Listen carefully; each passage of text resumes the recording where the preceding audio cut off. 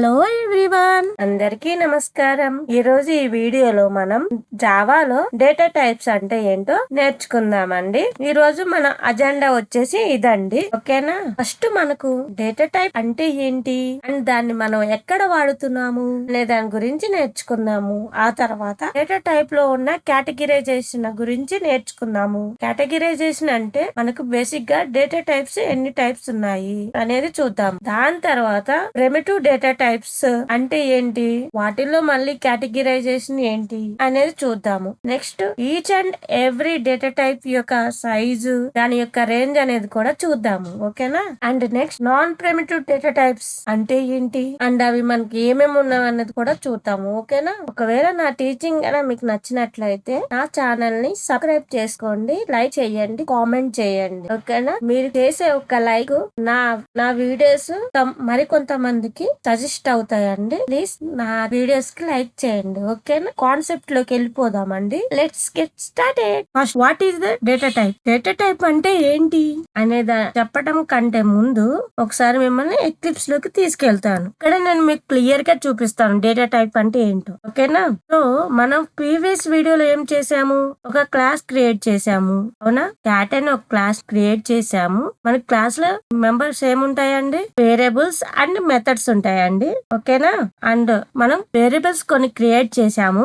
Variables గురించి మీకు నేను తర్వాత వీడియో చేస్తాను, ఎందుకంటే దీని గురించి మన ఇన్ డెప్త్ వీడియో అనేది ఇంకా చెయ్యలేదు. కాబట్టి ఈ డేటా టైప్స్ అయిపోయిన తర్వాత మనకు వచ్చే కాన్సెప్ట్, నెక్స్ట్ కాన్సెప్ట్ వేరియబుల్స్ అండి. ఇక్కడ మనం కొన్ని వేరియబుల్స్ క్రియేట్ చేసాము, అవునా? ఈ వేరియబుల్స్ క్రియేట్ చేసేటప్పుడు మనం డేటా టైప్ అనే కీవర్డ్ ని వాడుతున్నామండి, అవునా? ఎక్కడ యూజ్ చేసాం మనం?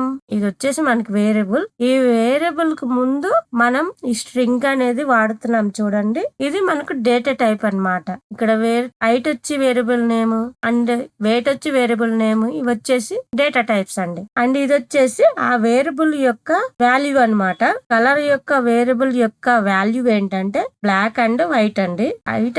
హైట్ వేరియబుల్ యొక్క వాల్యూ ఏంటంటే 30 అండ్ వెయిట్ వేరియబుల్ యొక్క వాల్యూ ఏంటంటే 20. సో మనం ఏదైనా ఒక వేరియబుల్ క్రియేట్ చేసినప్పుడు దాంట్లో ఒక డేటాని స్టోర్ చేస్తున్నాము, అవునా? సో మన కంప్యూటర్ కు ముందే చెప్పాలి మనం ఏ ప్రోగ్రామింగ్ అయితే చేస్తున్నామో, జావా గాని పైథాన్ గాని, ఆ లాంగ్వేజ్ వేరియబుల్స్ క్రియేట్ చేసినప్పుడు ఆ వేరియబుల్ నువ్వు ఎలాంటి డేటా స్టోర్ చేసుకుంటావు అనేది నువ్వు కంప్యూటర్ కి చెప్పాలన్నమాట. ఎందుకంటే కంప్యూటర్ కి బై డిఫాల్ట్ గా తెలియదు నువ్వు ఎలాంటి టైప్ ఆఫ్ డేటాని స్టోర్ చేస్తున్నావు, దానికి ఎంత సైజ్ ప్రొవైడ్ చేస్తున్నావు ఏంటనేది దానికి తెలియదు. సో అందువల్ల నువ్వు స్పెసిఫిక్ గా చెప్పాలి, అర్థమైందా? ఈ ప్రోగ్రామింగ్ లాంగ్వేజ్ ద్వారా స్పెసిఫిక్ గా కంప్యూటర్ కి చెప్పాలి ఏమని, నేను so and so type of డేటాని స్టోర్ చేస్తున్నాను, దీనికి సైజ్ ఇంత కావాల్సి ఉంటుంది, నువ్వు స్పెసిఫై చేయాలన్నమాట. ఆ స్పెసిఫై చేసే దాన్నే మనం డేటా టైప్ అంటాము, అర్థమైందా? ఒక వర్డ్ యూజ్ చేసి స్పెసిఫై చేస్తాము, దాన్ని డేటా టైప్ అంటాము. ఇక్కడ మీరు చూసినట్టయితే ఇక్కడ స్ట్రింగ్, ఇంట్ ఇవన్నీ డేటా టైప్స్ అండి. ఇక్కడ కలర్ అనేది మనకు టెక్స్ట్ ఫార్మాట్ ఆఫ్ డేటా, అందుకని మనము స్ట్రింగ్ లో స్టోర్ చేస్తున్నాము. ఈ కలర్ అనే వేరియబుల్ క్రియేట్ చేసేటప్పుడు అందులో స్ట్రింగ్ టైప్ ఆఫ్ డేటా అంటే టెక్స్ట్ టైప్ ఆఫ్ డేటాని స్టోర్ చేస్తున్నానని చెప్పాలి, కాబట్టి ఈ స్ట్రింగ్ అనేది డేటా టైప్ ని వాడుకున్నాను. ఇక్కడ హైట్ అనేది ఏంటి, number format of data. Number format of డేటాని స్టోర్ చేసుకోవాలి కాబట్టి కంప్యూటర్ కి ఇది ఇంట్ టైప్ ఆఫ్ డేటా అని చెప్తున్నాను అనమాట. సో ఇక్కడ ఈ స్ట్రింగ్, ఈ ఇంట్ వచ్చేసి డేటా టైప్స్ అన్నమాట. సో ఇప్పుడు మీకు అర్థమైందా డేటా టైప్ అంటే ఏంటి?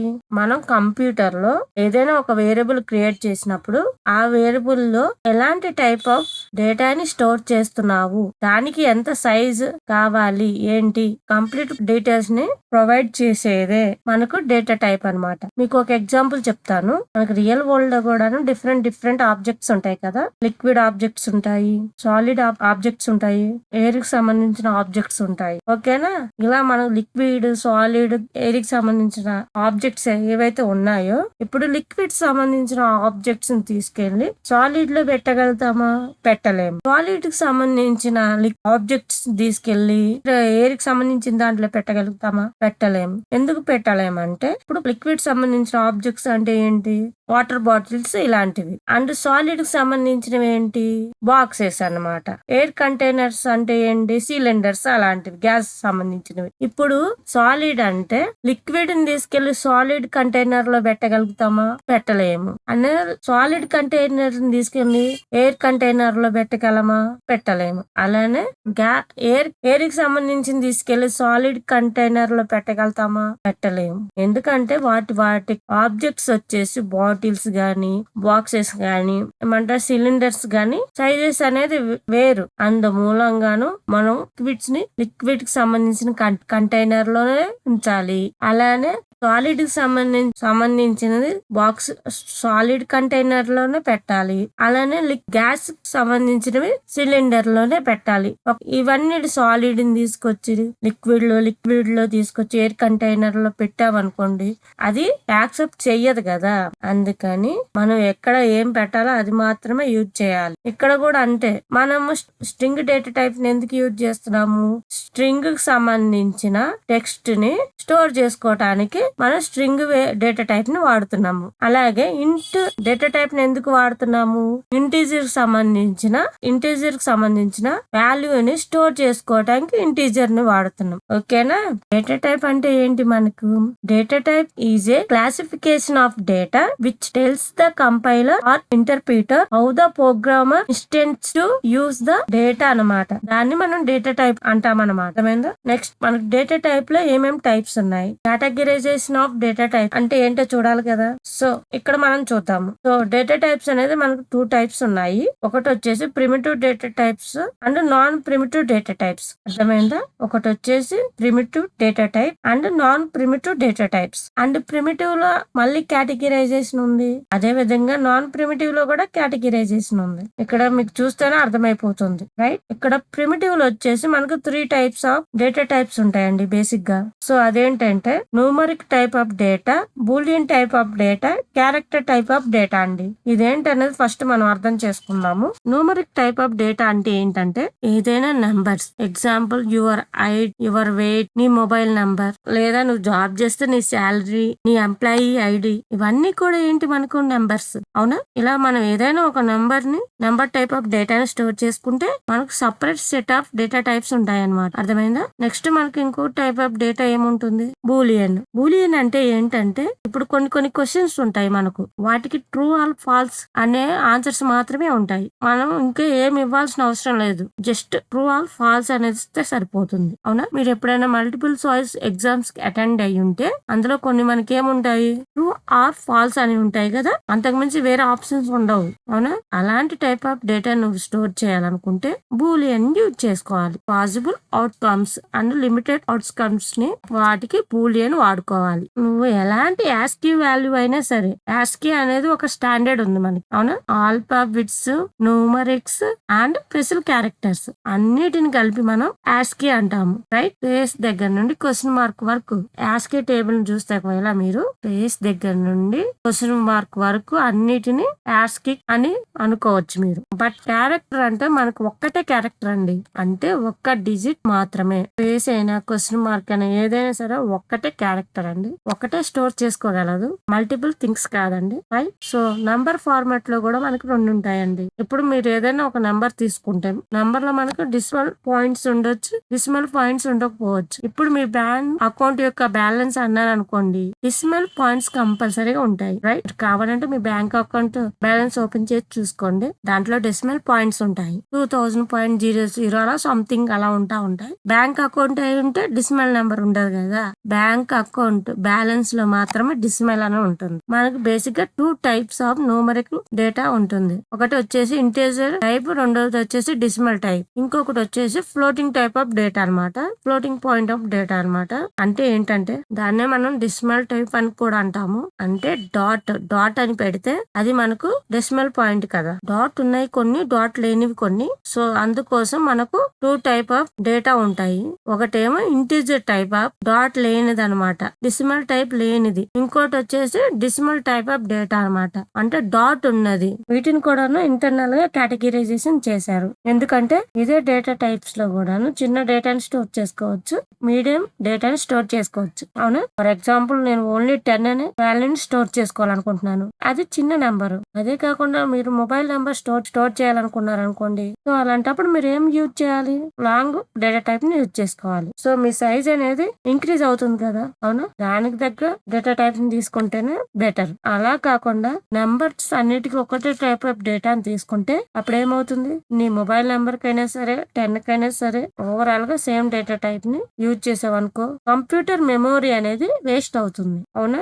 ఇప్పుడు నువ్వు ఫోన్ నెంబర్ స్టోర్ చేయాల్సిన ఫేస్ లో 10 నెంబర్ స్టోర్ చేసావు అనుకో, ఇక్కడ మిగిలిపోయిన స్పేస్ అంతా వేస్ట్ అవుతుంది కదా, మెమొరీ అనేది లాస్ అవుతుంది. అందుకని మనకు ఏ డేటా టైప్ కావాలో ఆ డేటా టైప్ మాత్రమే వాడాలి. ఓకేనా? ఇక్కడ ఇంటీజర్ టైప్స్ లో చూస్తే బైట్, షార్ట్, ఇంటీజర్, లాంగ్ అన్ని డెసిమల్ టైప్స్ లో చూస్తే ఫ్లోట్, డబుల్ ఉంది. డెసిమల్ టైప్ లో కూడాను మనకు రేంజ్ అనేది ఉండొచ్చు, చిన్నది ఉండొచ్చు, పెద్దది కూడా ఉండొచ్చు. అందుకోసం మనకు ఫ్లోట్ అండ్ డబుల్ అనేది ఉంది. ఇక్కడ నేను ఏదైతే రాశానో byte, short, integer, long, float, double, boolean character ఇవన్నీ కూడాను వ్రాపర్ క్లాసెస్ అండి. ఇవి డైరెక్ట్ గా డేటా టైప్స్ అనేది కాదు. ఇవన్నీ కూడాను వ్రాపర్ క్లాసెస్ అన్నమాట. సో ఒకవేళ మీకు ఇనిషియల్ లెటర్ స్టార్టింగ్ లెటర్ అనేది క్యాపిటల్ లెటర్స్ తో స్టార్ట్ అయిందంటే దాని మీనింగ్ ఏంటంటే ఇది వ్రాపర్ క్లాస్ అన్నమాట. ఇక్కడ బైట్ గానీ, షార్ట్ గానీ, ఇంటీజర్ గానీ, లాంగ్ గానీ ఇవన్నీ కూడాను వ్రాపర్ క్లాసెస్ అన్నమాట. ఈ వ్రాపర్ క్లాసెస్ అంటే ఏంటంటే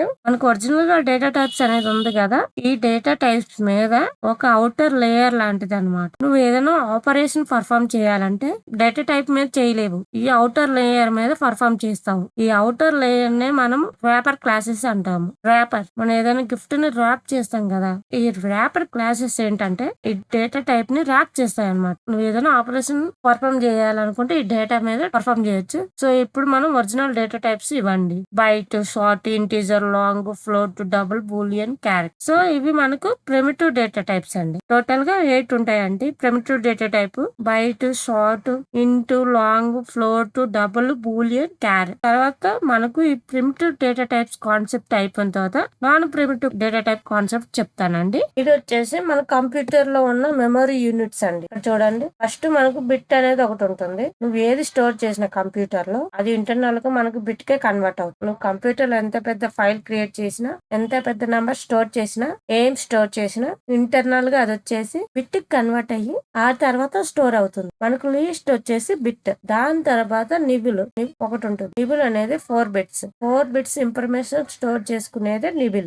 8 బిట్స్ ఆఫ్ ఇన్ఫర్మేషన్ స్టోర్ చేసుకునే దాన్నే ఒక బైట్ అంట. ఓకేనా? దాని తర్వాత 1 కిలో బైట్ లేదా కేబీ అని కూడా అంటాము. ఏదైనా ఒక ఫైల్ గానీ, సాఫ్ట్వేర్ గానీ డౌన్లోడ్ చేసేటప్పుడు మనకి అక్కడ చూపిస్తుంది కేబీలోనా, ఎంబీలోనా డౌన్లోడ్ చేసుకున్నామని చూపిస్తుంది. మీరు ఒకవేళ మీ రెజ్యూమ్ డౌన్లోడ్ చేసుకోండి ఉంటే అక్కడ చూపిస్తుంది మీరు 400 కేబీ డౌన్లోడ్ చేసుకున్నారు అని. 102 ఇక్కడ 1 కిలో బైట్స్ వచ్చేసి 1024 బైట్స్. అంటే ఎన్ని బిట్స్ మనకు? 1024 ఇంటూ 8 బిట్స్. మీరు క్యాల్కులేషన్ చేసుకోవచ్చు. 1024 ఇంటూ 8 బిట్స్ క్యాల్కులేషన్ చేస్తే ఎన్ని వస్తుందో అన్నమాట. కిలో బైట్ తర్వాత మెగా బైట్ అన్నమాట. దీన్ని ఎంబీ అని కూడా పిలుస్తారు. మెగా బైట్ షార్ట్ కట్ వచ్చేసి ఎంబీ అండి. మెగా బైట్ 1 మెగా బైట్ అంటే 1024 కిలో బైట్స్ అన్నమాట. ఇంతకన్నా ఎక్కువ ఉన్న ఫైల్ డౌన్లోడ్ చేశారంటే, ఇప్పుడు సెల్యులర్ జార్ ఫైల్ డౌన్లోడ్ చేశారంటే జిగా బైట్ అన్నమాట. 1 జిగా బైట్ వచ్చేసి 1024 మెగా బైట్స్ అన్నమాట. జిగా బైట్ ని షార్ట్ కట్ లో జీబీ అని కూడా అంటారు.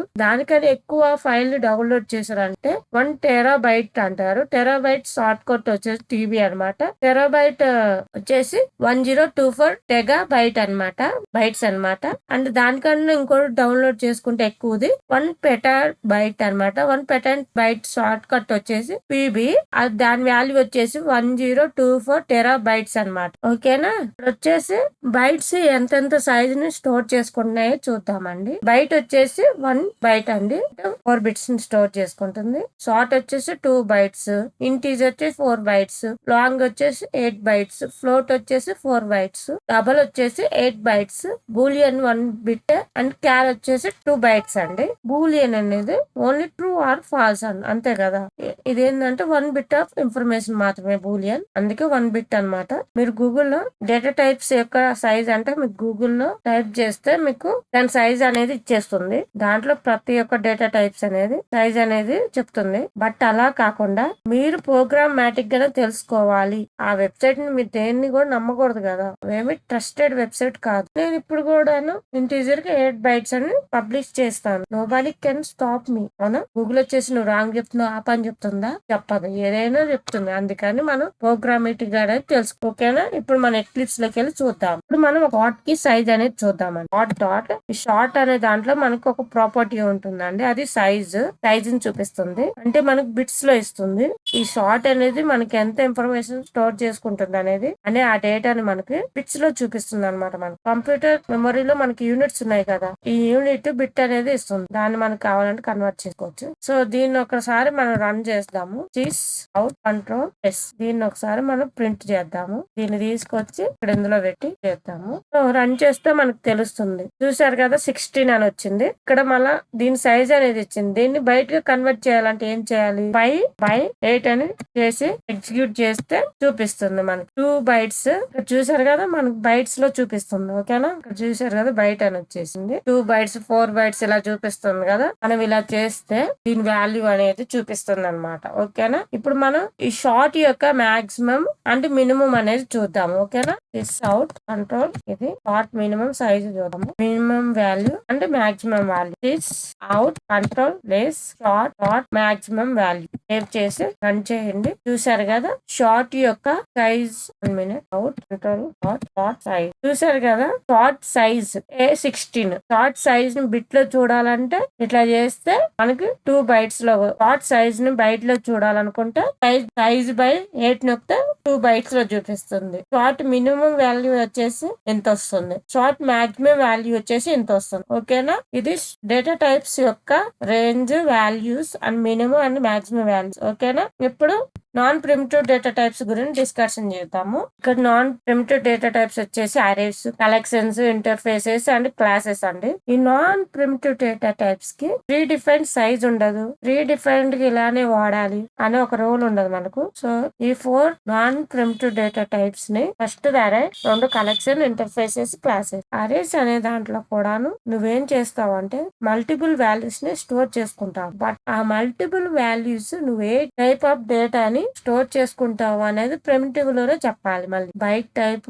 ఇన్ఫర్మేషన్ స్టోర్ చేసుకుంటున్నావా, short type of information store చేసుకుంటున్నావా అనేది మనం ప్రిమిటివ్ డేటా టైప్స్ లోనే చెప్పాలి. అది మనకు అరేస్ లో ఉంటుంది. ఆ తర్వాత కలెక్షన్స్ అనేవి కూడా మనకు మల్టిపుల్ ఎలిమెంట్స్ ని స్టోర్ చేసుకోవటమే. ఇక్కడ కూడా స్పెసిఫిక్ గా చెప్పాలి నువ్వు ఏ టైప్ ఆఫ్ ఇన్ఫర్మేషన్ స్టోర్ చేసుకుంటున్నావు. ఓకేనా, అరేస్ లోను కలెక్షన్స్ లోను ఇంటర్నల్ గా నువ్వు ప్రిమిటివ్ డేటా టైప్స్ నే వాడాల్సి వచ్చి ఉంటుంది. ఆ తర్వాత మనకి ఇంటర్ఫేసెస్ కాన్సెప్ట్ గురించి చెప్పను, నెక్స్ట్ దాని వీడియోలో చెప్తాను. ఆ తర్వాత క్లాస్ అంటే ఇంతకు ముందు క్రియేట్ చేసిన డాగ్ అనేది ఒక క్లాసే. డాగ్ అనే క్లాస్ తోనే ఒక వేరియబుల్ క్రియేట్ చేసి ఆ వేరియబుల్ కి వాల్యూని string data type of text ని అందులో స్టోర్ చేశాను కదా. అర్థమైందా? ఇవన్నీ డేటా టైప్స్ అంటే. ఓకేనా, నా టీచింగ్ కన్నా మీకు నచ్చినట్టయితే నా ఛానల్ సబ్స్క్రైబ్ చేసుకోండి అండ్ లైక్ చేయండి, కామెంట్ చేయండి. ఓకేనా, థ్యాంక్ యూ.